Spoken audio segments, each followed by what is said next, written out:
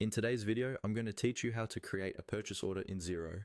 By the end of this walkthrough, you'll know exactly where to click, what information to enter, and how to save your purchase order so it's ready to send to your supplier or keep for your records.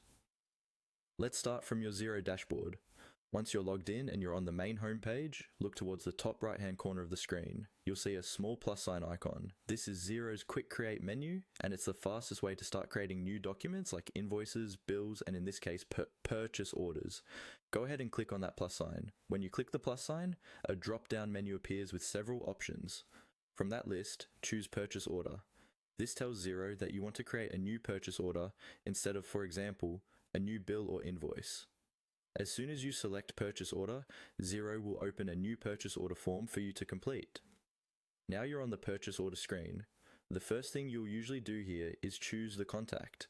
This is the supplier or vendor you're ordering from. Click into the contact field and start typing the supplier's name. If the supplier is already saved in your Xero contact list, their name should appear, and you can simply select it. If you don't see the contact, you may need to add them first in your contacts area before coming back to this screen. Once the contact is set, work your way through the other key details. Check the date of the purchase order and adjust it if necessary. Enter a reference or order number if you use one in your business, and make sure your expected delivery date or any other relevant dates are correct. Then move down to the line item section. Here, you'll add what you're actually ordering. Descriptions of the products or services, quantities, unit prices, and the appropriate accounts or tracking categories if you use them.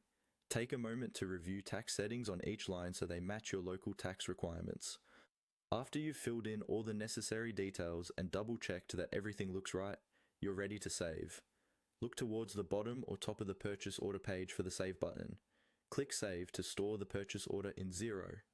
Once it's saved, you can come back later to approve it, email it to your supplier, or use it to match against supplier bills when the invoice arrives.